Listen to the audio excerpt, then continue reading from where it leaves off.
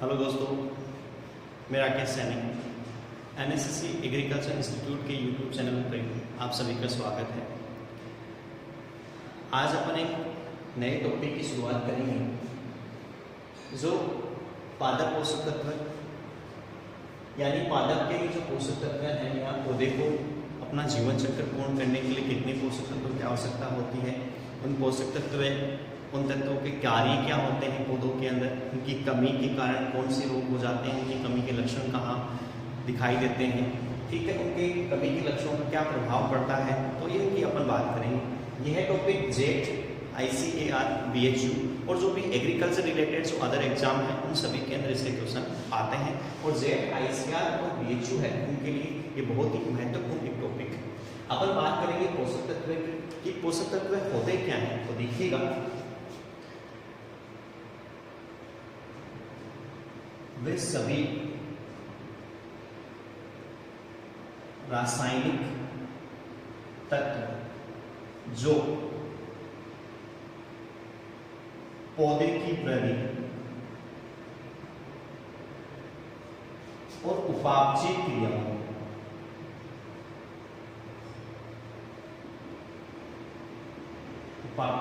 क्रियाओं में क्या होते हैं, सहायक होते हैं, वो क्या कहलाते हैं, पोषक तत्व कहलाते हैं। यानी वे रासायनिक तत्व जो पौधे की वृद्धि यानी उनकी पौधे की वानस्पतिक वृद्धि को बढ़ाने में या उनकी मेटाबॉलिक जो क्रियाएं होती हैं उनमें यानी जो सहायक होते हैं उनको अपन क्या कहते हैं, पोषक तत्व कहते हैं। इन पोषक तत्व के बारे में बताने वाले वैज्ञानिक कौन थे, कब बताया और कौन थे, उनकी बात करें तो देखिएगा 1939 की अपन बात करें तो 1939 के अंदर आर्नोल्ड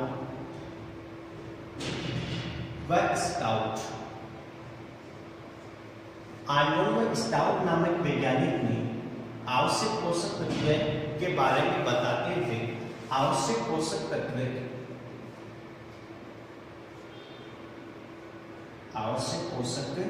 तत्व की कसौटी दी थी। क्या दी थी, आवश्यक पोषक तत्व की कसौटी। यानी आर्नोल्ड स्टाउट नामक वैज्ञानिक ने सबसे पहले जो पौधे के लिए जो आवश्यक तत्व होते हैं उनके बारे में बताया और बताते हुए आवश्यक पोषक तत्वों की कसौटी दी। उसके बाद में 1954 के अंदर 1954 के अंदर इन आर्नोल्ड नामक वैज्ञानिक उनसे वैज्ञानिक ने आर्नोल्ड नामक वैज्ञानिक ने यानी पौधे के लिए जो पोषक तत्व हैं उनकी अनिवार्यता को निर्धारित करने हेतु पुनः आवश्यक पोषक तत्व की कसौटी दी। किसने दी थी, आर्नोल्ड नामक वैज्ञानिक ने पुनः क्या दी थी, आवश्यक पोषक तत्व की कसौटी। ठीक है, इन आवश्यक पोषक तत्व की कसौटी में आर्नोल्ड नामक वैज्ञानिक ने तीन बातें कही। कितनी बातें कही थी, तीन बात कौन कौन सी कही, तो देखिएगा जो भी आवश्यक पोषक तत्व होते हैं उन आवश्यक पोषक तत्व में किसी भी एक तत्व की कमी हो जाती है। कोई भी तत्व है जो आवश्यक पोषक तत्व है, आवश्यक पोषक तत्व में किसी भी तत्व की कमी हो जाती है तो पौधा अपना जीवन चक्र है वो पूर्ण नहीं कर सकता। दूसरी बात क्या करनी, जो भी आवश्यक पोषक तत्व हैं उन आवश्यक पोषक तत्व को कोई अन्य पोषक तत्व या कोई अन्य पोषक तत्व विस्थापित नहीं कर सकता। क्या नहीं कर सकता, विस्थापित नहीं कर सकता। कहने का मतलब क्या था, ठीक है, यानी जो भी आवश्यक पोषक तत्व हैं उन आवश्यक पोषक तत्व की कमी के लक्षण को कोई अन्य पोषक तत्व विस्थापित या किसी भी पोषक तत्व को कोई अन्य पोषक तत्व विस्थापित नहीं कर सकता। कहने का मतलब क्या है कि कोई भी आवश्यक पोषक तत्व है उसकी कमी के यानी कमी पौधे के अंदर हो जाती है तो उसकी कमी के लक्षण कोई अन्य पोषक तत्व को नहीं कर सकता, उसकी कमी के लक्षण वही पोषक तत्व पूर्ण करेगा। ठीक है, जैसे एग्जाम्पल के तौर पर ये कोई प्लांट है, इसके अंदर नाइट्रोजन की कमी हो जाती है या नाइट्रोजन तत्व की कमी हो जाती है तो इसकी कमी के लक्षण केवल नाइट्रोजन तत्व ही करेगा, कोई अन्य पोषक तत्व इस तत्व को विस्थापित नहीं कर सकता, कोई इसकी कमी के लक्षण को कोई अन्य पोषक तत्व पूर्ण नहीं करता। तीसरी बात क्या कही, जो भी पोषक तत्व हैं वो पोषक तत्व पौधे उपापचय क्रियाओं में क्या होते हैं, सहायक होते हैं। क्या होते हैं, उपापचय क्रियाओं के अंदर क्या होते हैं, सहायक, यानी जो मेटाबॉलिक जो रिएक्शन होती हैं उनके अंदर क्या होते हैं, ये तत्व सहायक होते हैं। तो 3 बार आर्नो नामक वैज्ञानिक ने पुनः आवश्यक पोषक तत्व की कसौटी के अंदर कही कि 3 बार कौन सी थी, तो पोषक तत्व है, यानी जितने भी आवश्यक पोषक तत्व हैं उन आवश्यक पोषक तत्व में किसी भी एक तत्व की कमी हो जाती है तो पौधा अपना जीवन चक्र पूर्ण नहीं कर सकता। कोई भी पोषक तत्व है उस पोषक तत्व को अन्य पोषक तत्व विस्थापित नहीं कर सकता, यानी जितने भी आवश्यक पोषक तत्व हैं उनको कोई अन्य पोषक तत्व विस्थापित नहीं कर सकता, यानी उसकी कमी के लक्षण को कोई अन्य पोषक तत्व पूर्ण नहीं कर सकता। यानी जो भी पोषक तत्व आवश्यक पोषक तत्व हैं पौधे की उपापचय क्रियाओं के अंदर क्या होते हैं, सहायक होते हैं। तो सबसे पहले जो पोषक तत्व के बारे में बताते हुए आर्नोल्ड स्टाउट ने यानी आवश्यक पोषक तत्व की कसौटी दी। उसके बाद में 1954 के अंदर आर्नोल्ड नामक वैज्ञानिक ने पौधे के पोषक तत्व की अनिवार्यता को निर्धारित करते हुए पुनः आवश्यक पोषक तत्व की कसौटी दी। उसमें 3 बातें कही, 3 बातें ये हैं। आगे की अपन बात करें तो देखिएगा,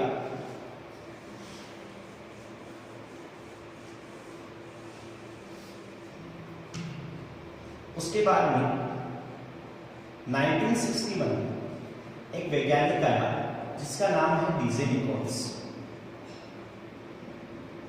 क्या नाम है, डीजे निकोल्स। डीजे निकोल्स नामक वैज्ञानिक ने 4 पोषक तत्व दिए। 4 पोषक तत्व कौन कौन से दिए, एक तो दिया सोडियम, एक दिया वेनेडियम, एक दिया सिलिका और एक दिया क्या, कोबाल्ट।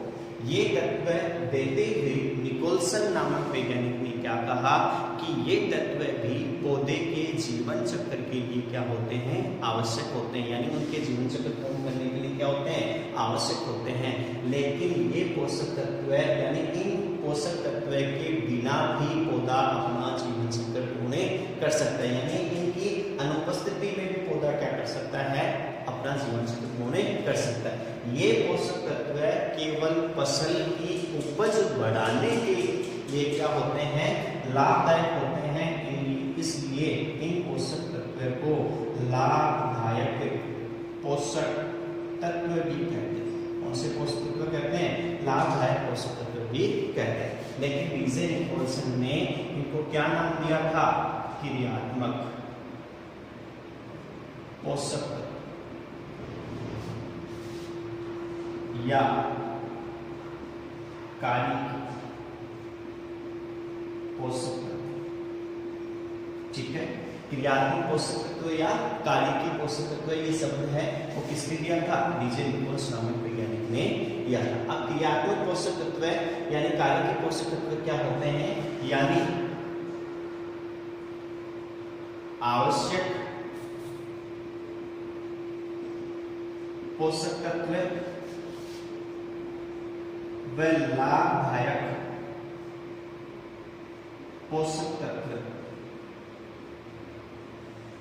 के संयुक्त रूप को ही क्या कहते हैं, क्रियात्मक पोषक तत्व कहते हैं। लेकिन ये पोषक तत्व क्या थे, फसल की उपज बढ़ाने के लिए लाभदायक थे। लेकिन फसल की उपज बढ़ाने के लिए कौन सी फसलों के लिए लाभदायक थे, इनकी भी अपन बात करते हैं। तो सोडियम तो किसके लिए आवश्यक है, ये होता है चुकंदर के लिए, और एक होता है सलजम। वेनेडियम क्या है, जो दलहनी फसलें होती हैं उन दलहनी फसलों में नाइट्रोजन स्थिरीकरण में सहायक होता है। इसमें सहायक होता है नाइट्रोजन स्थिरीकरण। लेकिन एक पोषक तत्व और है, कौन सा, मोलिब्डेनम जो तत्व होता है ये भी क्या होता है, नाइट्रोजन स्थिरीकरण या नाइट्रोजन फिक्सेशन का कार्य करता है। इस तत्व की अनुपस्थिति में क्या है, वेनेडियम नाइट्रोजन स्थिरीकरण का कार्य करता है। सिलिका है वो कौन सी फसल के लिए लाभदायक होता है, गन्ना, मक्का, चावल में प्रतिरोधक क्षमता को बढ़ाता है, यानी रोग के प्रति प्रतिरोधक क्षमता को बढ़ाने का कार्य करता है कौन, सिलिका। पालक कोबाल्ट है, कोबाल्ट किसके लिए आवश्यक होता है, पालक के लिए। लेकिन एक विटामिन होती है, उस विटामिन का नाम क्या है, विटामिन B12। इस विटामिन B12 का निर्माण करने वाला तत्व भी कौन सा होता है, कोबाल्ट पोषक तत्व है। और विटामिन B12 का नाम क्या होता है, साइनो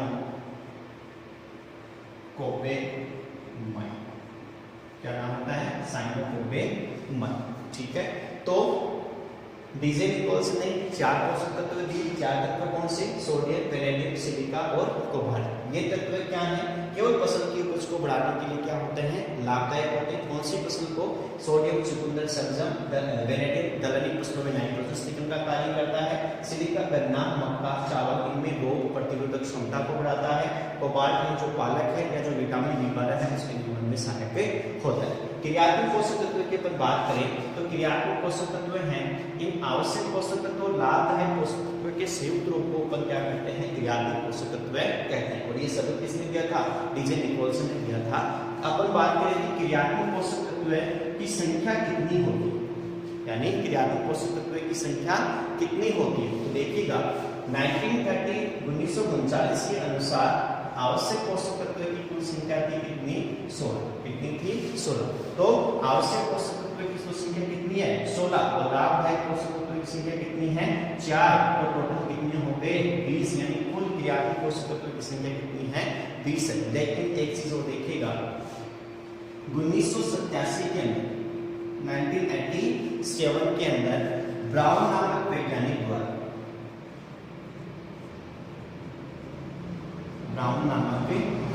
द्वारा निकल को 17वां पोषक तत्व घोषित किया गया। कौन सा पोषक तत्व है? 17वां। जेड के अंदर भी पूछा गया, जा चुका है ये क्वेश्चन।